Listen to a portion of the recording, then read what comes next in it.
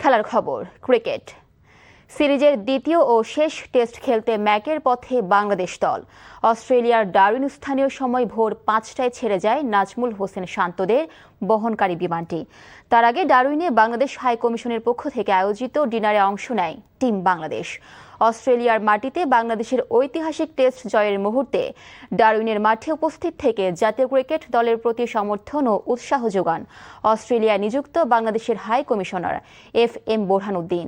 এরপর ডারউইনে বিশেষ এই ডিনারের আয়োজন করা হয়। 2 ম্যাচের টেস্ট সিরিজের প্রথম ম্যাচে 9 উইকেটের জয় পায় সফররতরা। এতে বাংলাদেশ 1-0 ব্যবধানে এগিয়ে রইল।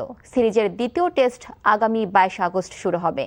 হাসান মাহমুদ, তানজিদ তামিম, মেহেদী হাসান মিরাজদের পারফরম্যান্সে মানসিকভাবে এগিয়ে থেকে মাঠে নামবে বাংলাদেশ দল।